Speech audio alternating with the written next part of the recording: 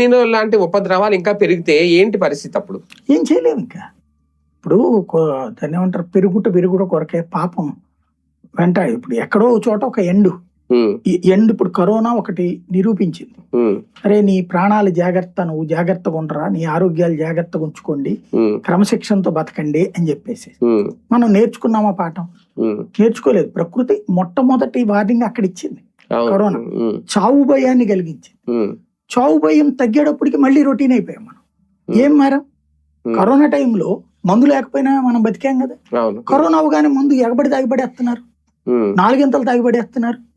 Corona టైంలో నడుచుకుంటూనే తిరిగావు నువ్వు, vehicles తో సంబంధం లేకుండా. ఇవాళ రోజున మళ్ళీ నడక మానేసావు. కరోనా టైంలో తిండిని జాగ్రత్త చేసుకున్నావు కదా, ఏది ఆరోగ్యవంతమైన తిండి అంతవరకే ప్రయారిటీ ఇచ్చుకున్నావు కదా, ఆయిల్స్ ఇవన్నీ తగ్గించేసావు కదా, ఇప్పుడు మళ్ళీ అన్ని ఎగబడినే తింటున్నావు కదా. అంటే ఒక భయాన్ని తాత్కాలికంగా మాత్రమే అక్కడ నీకు చూపించాడు దేవుడు. జాగ్రత్త, నీ ఎంతమంది మన కళ్ళు ఎదురుకుండా చచ్చిపోయారు, మన బంధువులు, మన ఫ్రెండ్స్. అది చూశాక ఆ రోజుని భయపడ్డాడువి. మళ్ళీ ఇప్పుడు ఏం మారిపోయింది? ఆ సినిమా డైలాగ్ ఏదో తీసుకుంటారు, అతని పేరు ఏంది, రామ్ చరణ్ సినిమా డైలాగ్, మళ్ళీ పుడతామా ఏంటి, మళ్ళీ పుట్టం కాబట్టి ఇప్పుడే తిని పడేద్దాం, ఇప్పుడే తినేద్దాం, తాగేద్దాం, బతికేద్దాం, ఏదో పని అయినా చేసేద్దాం.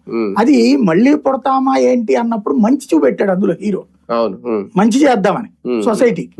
ఇక్కడ చెడు చేయడానికి మళ్ళీ పుడతామా ఏంటి అని చేస్తున్నాం.